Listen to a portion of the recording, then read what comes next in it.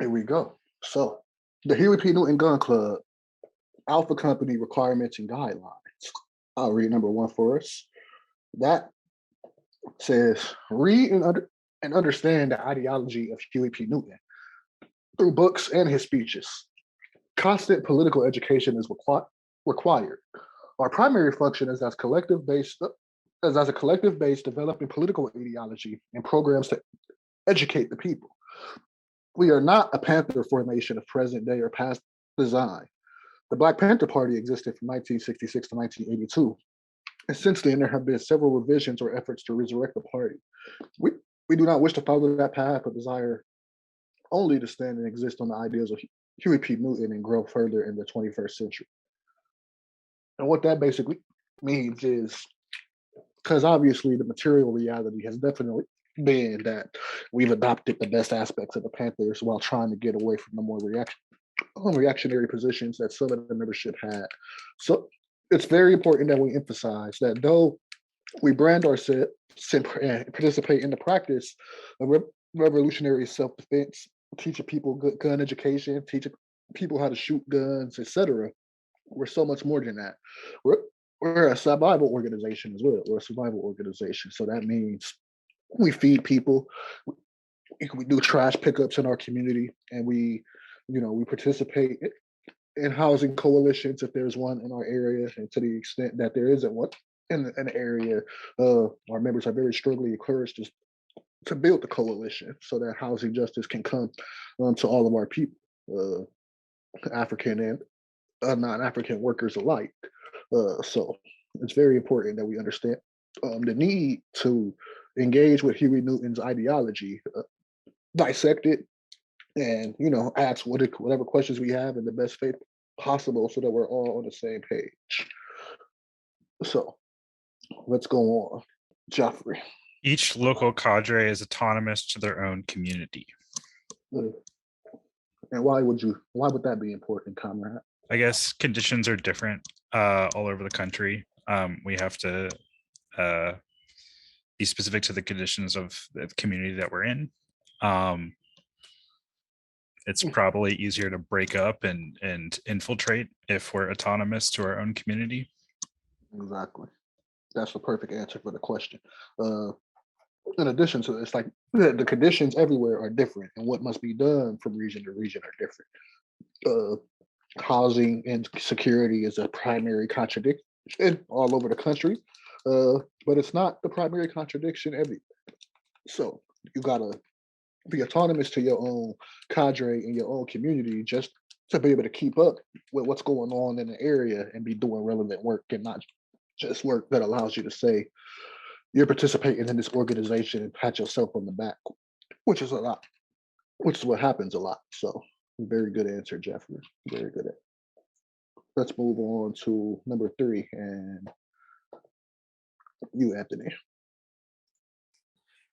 Local meetings required on a monthly basis at a minimum. Absolutely.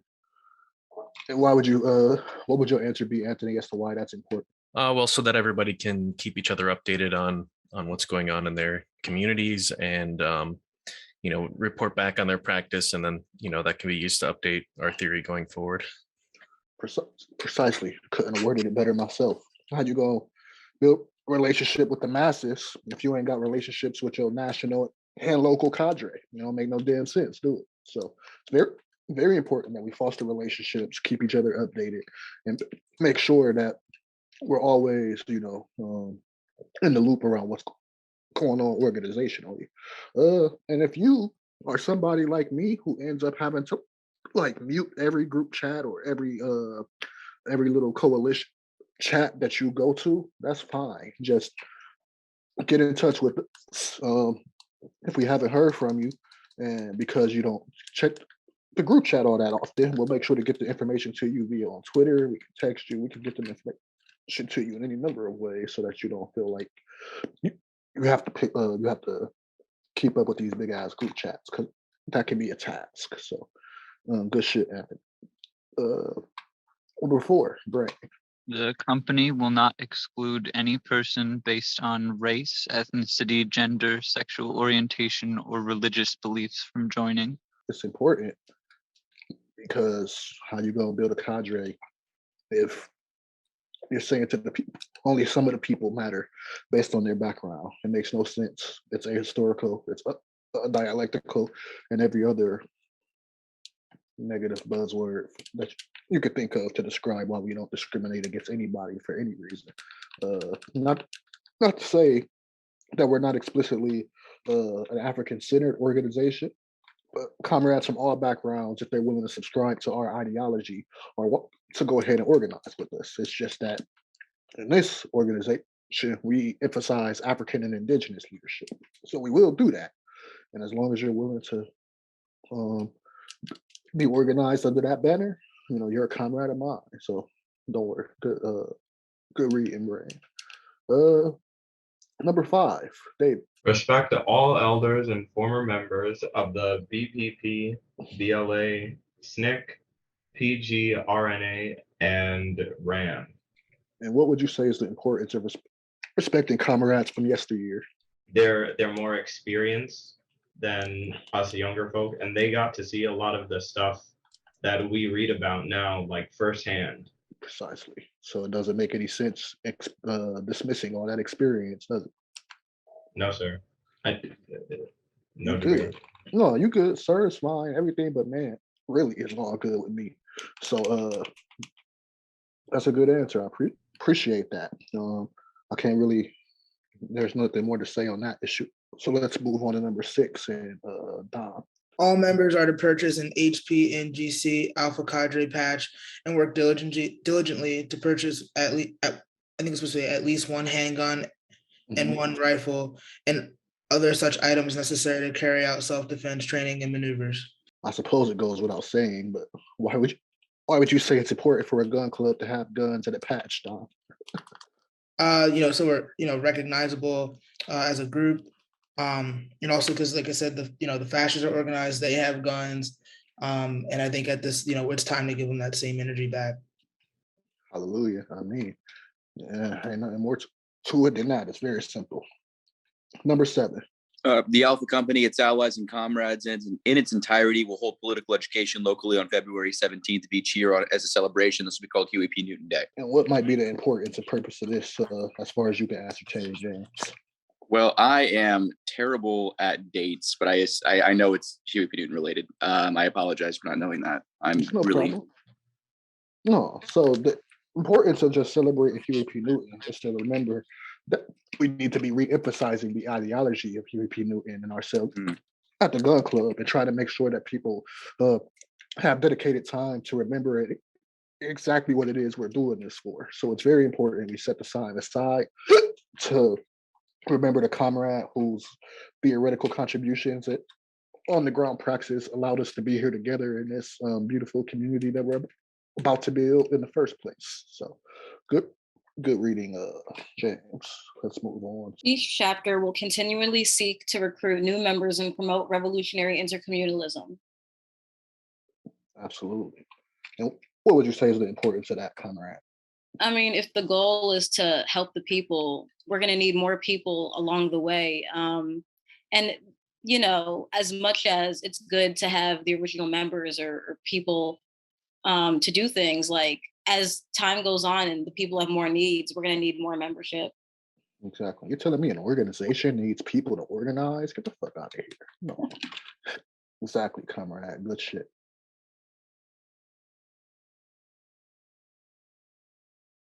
The first one is to speak politely. What's the importance of speaking politely? I would say that the importance is if we're endeavoring to organize or to politically educate or to share what we know amongst each other, it's likely better to do so in a manner that is, that is easily grasped by the people who we're trying to communicate with. 100%. If you people don't associate you with kindness and they associate you with rudeness and general asshattery, like why should they listen to anything you got to say? We were able to come together here today, and in part thanks to how I chose to embody and practice very publicly the concept of revolutionary kindness. It's the very ideal that people reach out to me on wanting to understand more. And when you put kindness with action and praxis that people can identify, hell yeah, they want to work with you. Why the hell wouldn't they? So it works. It works, and it's very important that we practice being kind and polite always. You don't have to kiss nobody's ass when they're being wrong, but we also got to remember, like Brother Malcolm said, that we got to practice patience with the people and don't be too quick to condemn, because there was a time where you didn't know what you know now. So who are you to judge somebody else? So that's good shit, Mikhail. Comrade Rod, what's number 2? Pay fairly for what you buy. What's the importance of that, brother? I mean, if you're trying to swindle the people out of whatever it is you're buying, what are you doing? We're trying to be here for the people, not to get one over on them. Exactly. There'll be plenty of time for stealing. Now ain't that time. Well, so that's a good answer. Number 3, return everything you borrow. We exist. Hold on real quick. I'm sorry. Let's skip Sadia right now. Sadia and y'all want to read number 3 and then explain to us the importance of that, Sadia? Yes, sir. Pay fairly for what you buy. Oh, sorry. Point 3, return everything you borrow. I think the importance of that is, like, if you are using something of one of your comrades, you're asking them for a favor, it's only fair that you are doing, like, the bare minimum effort of returning that thing that you're borrowing. I think that's just, like, such a low bar to attain, and it's very important. Exactly. But I don't know, do you have any thoughts about that? No, I completely agree. If you're borrowing something from a friend, like, they entrusted you to take good care of it, and take good care of it and return it to them. Exactly. How you gonna build trust and expectations with the people, and you can't even be trusted by your comrades to give them their shit back. It don't make no damn sense. It's perfectly said, y'all. Comrade Rand, number 4, please, and its importance. Pay for anything you damage. And why would you say that's important? I mean, I think it's about, I don't think it's just about, like, damaging physical property. I think it's about, like, taking accountability for and, like, trying to right wrongs and shit. Because, yeah, like we've been talking about, we're trying to build trust with the people, and, like, as a revolutionary organization, it's like, one of the requirements is building trust with the masses, and this is about that. Amen. Accountability is something sorely lacking on the left, among communists. Everybody is always right. Every accusation that makes it to the internet is like the worst possible thing that could have been done. Everybody's constantly exaggerating, what their experiences were. And at the same time, there's also experiences that they're very much not exaggerating. And if we can't even do anything as simple as be accountable to the community, whether you damage somebody's trust, damage somebody's property, damage somebody's anything, mental health, etc., and you're not willing to, like, submit to that very simple process of accountability, and to the extent necessary organizational discipline, if you can't do that, how you gonna be accountable to the people? The math ain't mathing. So that's a very good point, man. Number 5, do not hit or swear at the people. I'm gonna go ahead and presume that nobody here is particularly likely to put their hands on an innocent, poor, oppressed person, but it goes without saying that we are already up against, when it comes to the kind of propaganda initiated against us, it is only counterproductive to engage in polite violent behavior and end up reinforcing red scare narratives. No, we don't have to participate in respectability politics. We are not, advocates of that. But at the same time, there's people that you should be violent with and swear at and do any other kind of level of escalation of tactics, if you catch my drift, but not with the people. Never with the people. Back to the top of the list. Let's go up this time. So now we'll go back to you, Rand. Number 6, please. Do not damage the property or crops of the poor, oppressed masses. What's the importance of that, comrade? Well, I guess it's kind of, similar to number 4, except, it's just like, don't do the thing in general. Also, we all need the crops. Like, we will die without the crops. So fucking resources. And not to mention what you're gonna do, invalidate some poor working proletarian person's labor because he was feeling destructive that day. Oh, we don't do that. And to go into more detail about the importance of practicing this sort of behavior and Nkrumah's Handbook of Revolutionary Warfare, which we will get into together at some point. So y'all got that to look forward to. Sadie and Emma, number 7, please. It's important.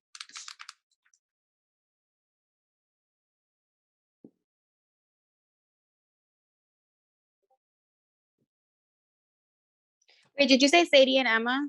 Number 7, please. Sorry, okay. My phone just was doing like the low battery sound at the same time, so I think I didn't hear you. Sorry. Do not damage the property. Oh no, that was what we just did. Sorry. Do not take liberties with women. And what is the importance of that, comrade? Just don't be disrespectful to your comrades. Don't treat people as if they don't have autonomy and power in themselves. 100%. And let me just take the liberty to go a step further than that, because it needs to be said with intention, and then it needs to be very practiced. If you are found out to be taking liberties with anybody, engaging in sex pest behavior, generally abusive behavior in general, you will get exactly within, depending on the scale of what you did, one opportunity to submit to a process of restorative justice. And if you are not willing to do that, we will deal with it violently, because that's what needs to happen to show people that we don't put up with that shit. So, yeah, violence in general is not advisable against your comrades and against the people, but in defense of one of your own, do what you got to do to let the motherfuckers know that we don't accept that shit, because it's sorely needed. Sorely needed. Number 8, please. Who we going with? Rob. Always guide and protect the children. What's the importance of that, comrade?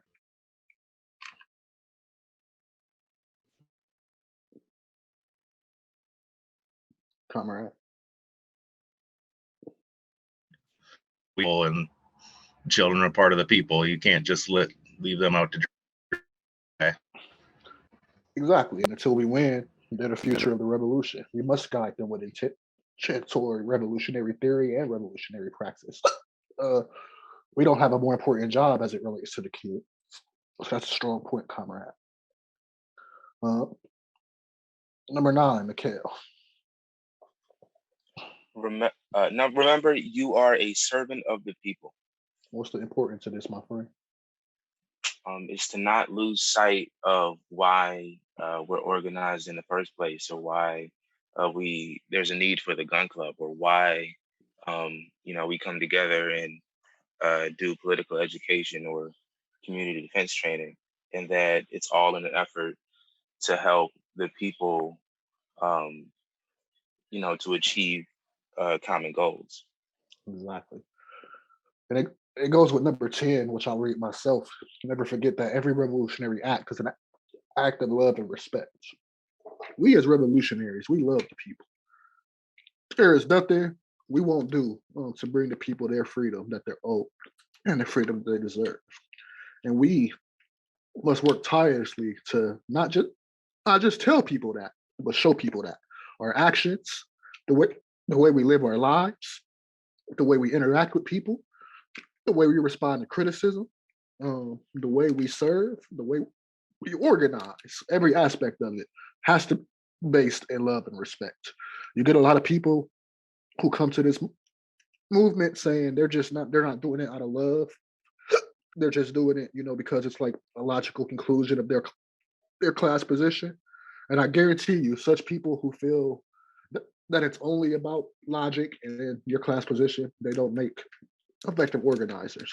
Lenin said, your brain must be ice and your heart must be on fire in order to make a good revolutionary.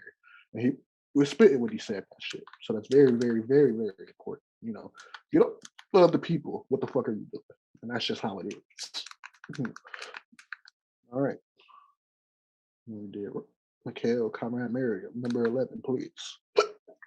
Live by honor, and when the time presents itself, die by honor. What's the importance of that, Comrade? I mean, I just think in general, like if you're going to live and die for the people, word to Huey P. Newton anyway. I'm gonna read that book soon, but if you're gonna live for the people, you should live in a way for the people that respects them and shows their worth and value. And if you're gonna die, you shouldn't die for nothing. You should die for a worthy cause. Yeah, I could have said it better myself. There's nothing more honorable than dying in service to the people. So let that be how you go out if your death has to be outside of your control. But inshallah, we'll all die peaceful deaths in our communist beds 60, 70, 80 years from now, if Allah wills it. Okay. Number 12, James. Never let a day pass that you have not allowed time for your training. What's the importance of that, my friend? If you the better training you have, the better you're going to be able to respond to problems, the better you're going to be organized, the better everything's going to be. A difference between like a professional military and like a part-time militia. Absolutely. I've been reading Eric Fromm's The Art of Loving, and he makes it very clear that love is not something that just happens to you. Love is something that you practice, a skill you hone, the way you would with these rifles we about to gain, the way you would with a basketball when you try to be a player. We must not just possess these weapons that we're about to come into possession of. We must not just gain the ideological understandings that advance our theoretical praxis and our on the ground praxis, but we must also do it in a way that allows us to continue develop and how we apply a materialist lens to the world. We have to continuously train both with our weapons and in every aspect of our lives, how to love people correctly, how to train with the weapons, how to properly serve. It's all skill. It's all skills, and with any skill, you need dedicated practice. You're not gonna get where you want to go. You're not doing what you need to do when ain't nobody looking. And fortunately for us, we're never going to be alone. We got each other to keep each other accountable. So that's a very good answer, James. Very good answer. Go for it, Joffrey. Number 13. Remember that at all times you are representing the Huey P. Newton Gun Club. And why is that important, comrade? Well, for better or worse, what your actions affect what people believe about the Huey P. Newton Gun Club. And so if you're doing things that are seen as negative and hurtful to the people, that reflects poorly on the Huey P. Newton Gun Club and our ability to lead the masses. 100%. Couldn't have put it more beautifully myself, Con. All right. So now that we got that understanding and we got that recorded to share with the people later,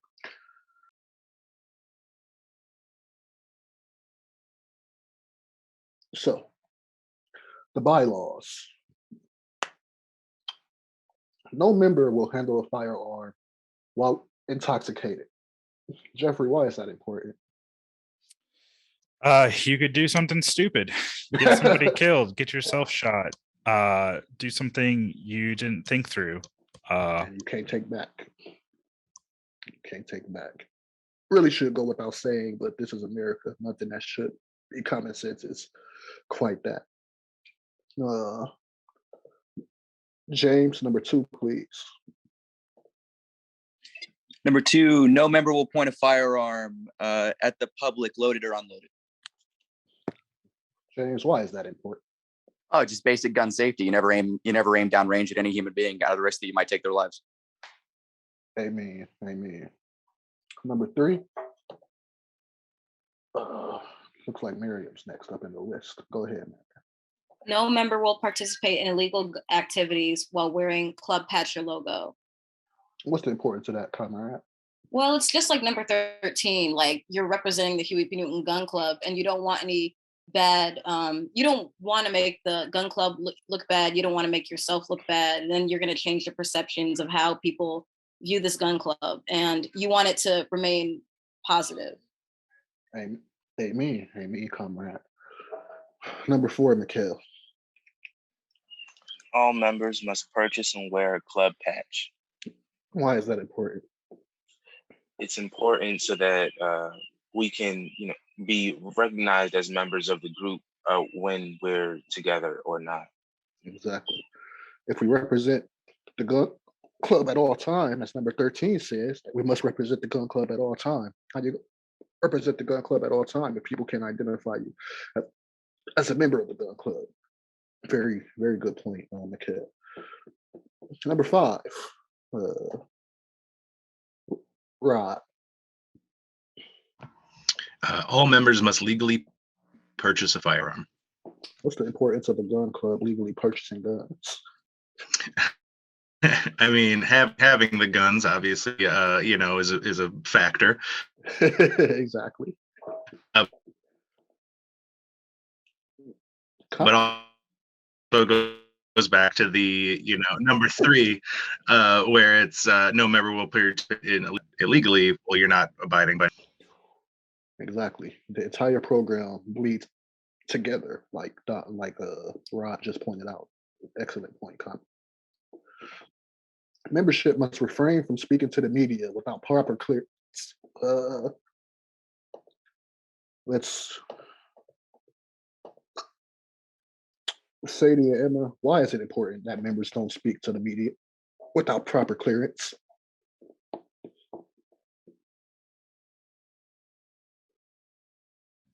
It's important that people don't speak to the media without proper clearance, because if you say something wrong, it's gonna be used against you. I know there's a saying that all press is good press, but I don't really think that's true. It ain't even close to true. Shit, not even close to true. Yeah, exactly. And that the enemy is gonna warp what you're saying in any way that they possibly can. So if you're not completely coherent on exactly what you're saying, they're extremely precise in your language, they're going to be able to get into every single time you contradict yourself and just spin it in the opposite direction. Exactly. Yeah. So I say, even if you're not like saying something that's actually wrong, like if you're saying something that's not like strategically crafted for the audience you're speaking to, it's going to be taken to and used against you. 100%. 100%. How you gonna represent the organization and just get out there in front of people with our patch on and a rifle on your back and just say any old bullshit? The math ain't math and it don't make no damn sense. You need to know what to say. And we're all going to get to a point where any of us can just speak to the media knowing that we're representing the party line. But we're going to do that, after we get the proper media training, which is something y'all can look forward to. Rain, go ahead and read number 7 for me, comrade. No members will speak to law enforcement about club business. Why, pray tell, is it important that we don't speak to fucking pigs about our fucking business? This one is a bit puzzling, I'm not gonna lie. I mean, I feel like it's a bit self-explanatory if you know literally anything about the police in this country. But yeah, anything you know, I've seen Law and Order before. I know the Miranda rights. Like everything you say will be used against you, you know, if you say stuff to them. So just don't talk to the police.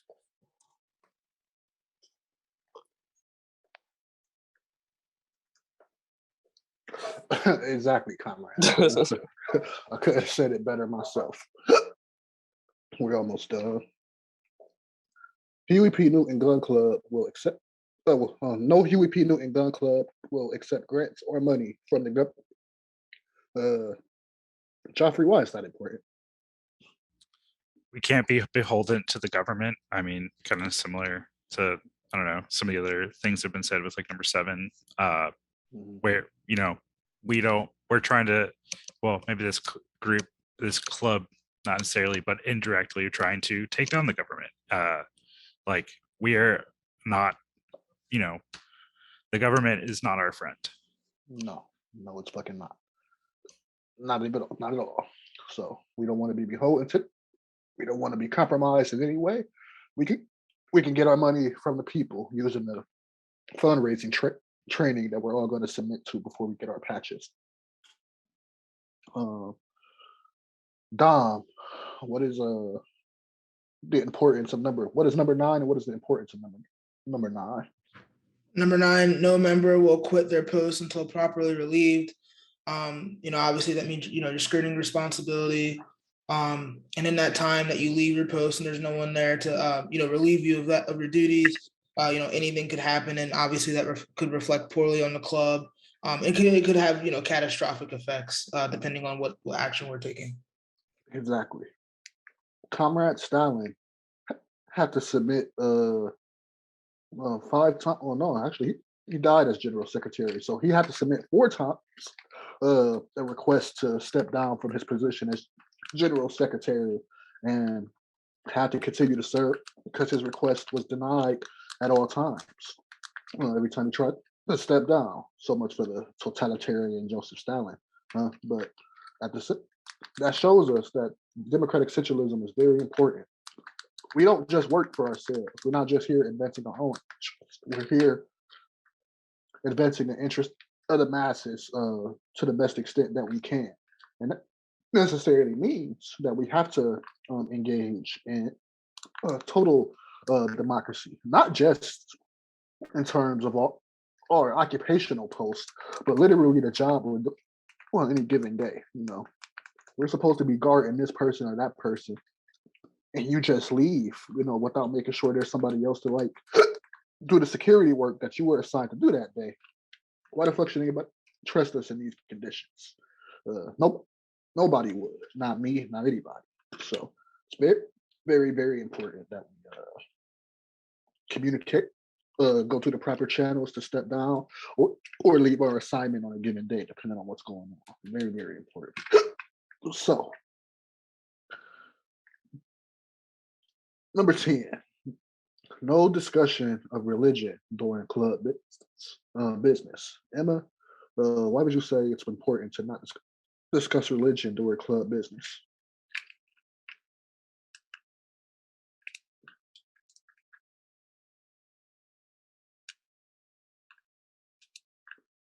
Comrade. Okay.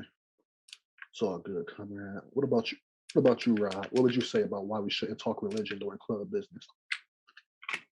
I mean, it's not pertinent to for one thing, it's not pertinent to the, you know, business of the club. Second, it, you know, invites distraction through fighting or argumentative things, and it's just not constructive to the goals that we're trying to achieve. 100%. There's nothing. It's a pretty straightforward thing, really. Religion is a divisive subject. We all have our own faiths that influence us, or lack thereof, of course. But you're representing the gun club, which you do at all times, particularly when you got that patch on. You represent the club, and that you don't have an official ideology as it pertains to religion. So, when we speak on any given religion and give even tacit endorsements, of course we wouldn't do such a thing. So, very strong point, comrade. And Ren, wrap us up with number 11.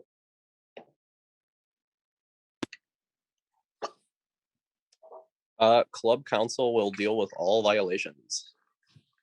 What's the importance of that, comrade?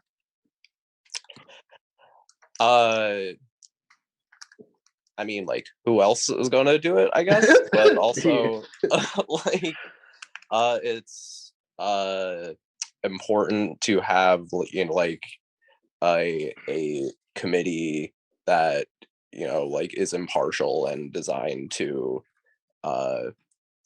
deal with violations in a fair manner. That's, like, in line with the bylaws and, like, practices of the club. 100%.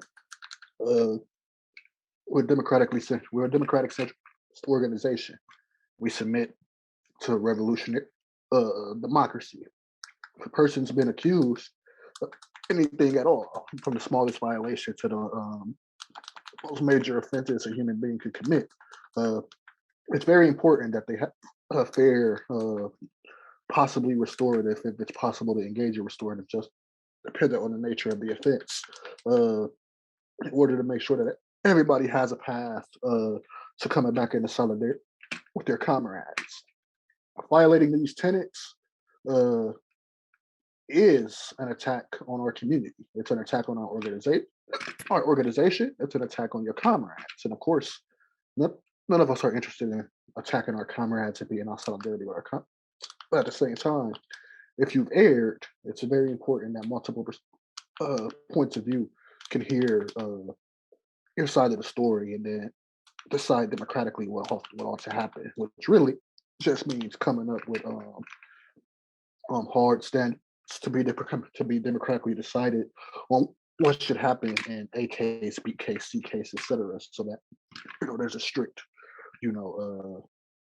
what's the word I'm looking for? There's a strict, standard for everybody to follow. If you have a process where it just goes kind of linearly, like you do this, and this is the punishment first time, second time, third time, etc.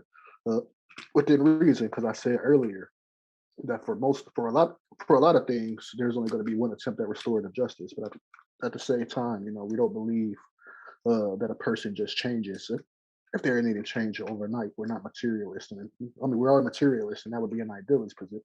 So as long as you're willing to submit to restorative justice processes and your actions aren't detrimental to the little function and organization of the club, there's gonna be a path for you to improve. But you got to choose to submit to that process, the councils and the democratic nature of being in a democratic centrist organization. Good shit, y'all. So we're gonna wrap up here shortly. In the chat, if you understand and agree with the bylaws, type in either the Twitter chat or the Zoom chat. Just affirmative, aye, yes, anything like that. If you don't agree with the bylaws, speak now or forever hold your peace. Or at least hold your peace until you decide you don't agree with something. Then we can work that out democratically, of course. Awesome. Cool. Almost everybody that's in the chat current.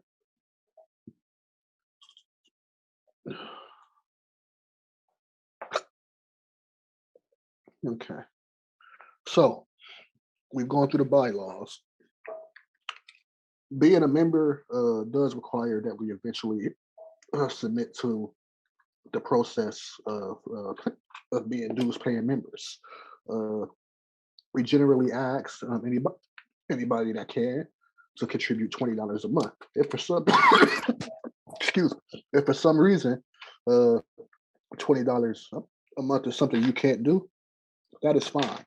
We let us know. Be transparent about it, and there are comrades who can cover you for that month, and we don't mind, not at all. But you got to let us know because we're not big enough to have the money be bleeding dry right now. That shit goes back into ammunition. It's how we can get patches so that it doesn't come directly out of your pocket. It's how we eventually are going to arm you, beautiful comrades. It's how we literally do everything. It's not cheap to serve the people, so do not short the organization. You know, you might as well be shorting the people if you do that. And so, and I don't want the people talking about their financial situations publicly. I know that's a private thing. If that's something that you need to talk about, please do not hesitate to reach out with me, to me in private.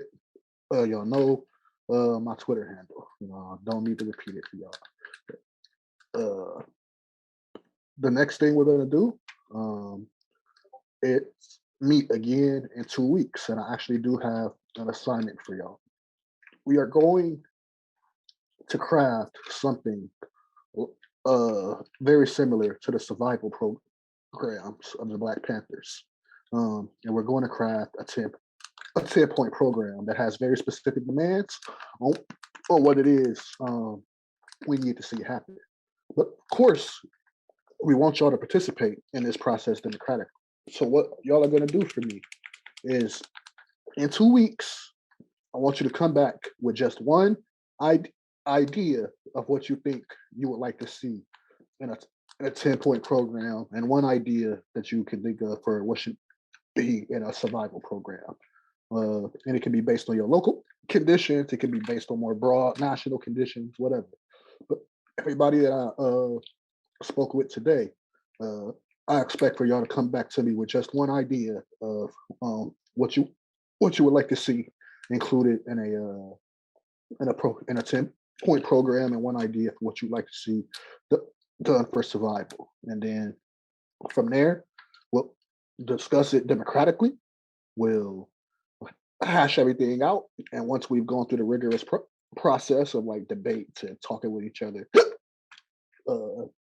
we'll officially have ourselves a 10-point program and a survival program, and from there we could organize with more intention and towards something directly, rather than just broadly coming up with ideas for what we should be doing from week to week, which is the direction the club's been going in, the direction we need to get away from.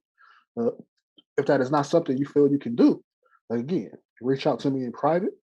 We'll work something out. But all your comrades are gonna do it, so definitely make sure that if you can, you do. And you know, do whatever you gotta do to give yourself a reminder. We're gonna wrap up. Y'all can probably tell I'm feeling quite under the weather myself, so it's about time to lay down. But you comrades know I love you. Love y'all. Solidarity always. It was very nice spending time with y'all tonight. We will meet again, inshallah, in two weeks from tonight on the 30th at the same time, 7 o'clock. I'm gonna get this recording put together so that we can share it with those who weren't able to go and watch it, and we'll go from there. So y'all take care of yourselves. Reach out to me if you need me, and we will speak soon. Y'all take care. Have a good one, everyone. Take care, comrades. Thank you. Take it easy, y'all.